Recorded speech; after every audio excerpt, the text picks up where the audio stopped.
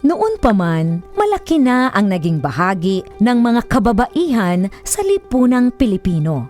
Kaisa sila sa marubdob na paghahangad ng kalayaan ng ating lahi. Kabilang sila sa paglinang ng ating makulay na sining at mayamang kultura.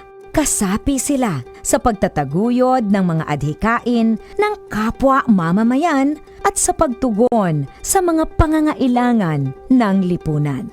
Katuwang sila sa pagtuklas sa mga larangan ng agham at medisina. Kapanalig sila sa pagpapairal ng batas, karapatan at katarungan para sa lahat. Kabahagi sila sa paglilingkod sa bayan at sa pagpapanatili ng demokrasyang Pilipino. Sa paglipas ng panahon, hindi nagmaliw ang kanilang pag-ibig sa ating inang bayan. Mga kababayan, ito ang alay ng mga kababaihang Pilipino para sa bayan. Tumayo po tayong lahat at sabay-sabay nating awitin ang pambansang awit ng Pilipinas.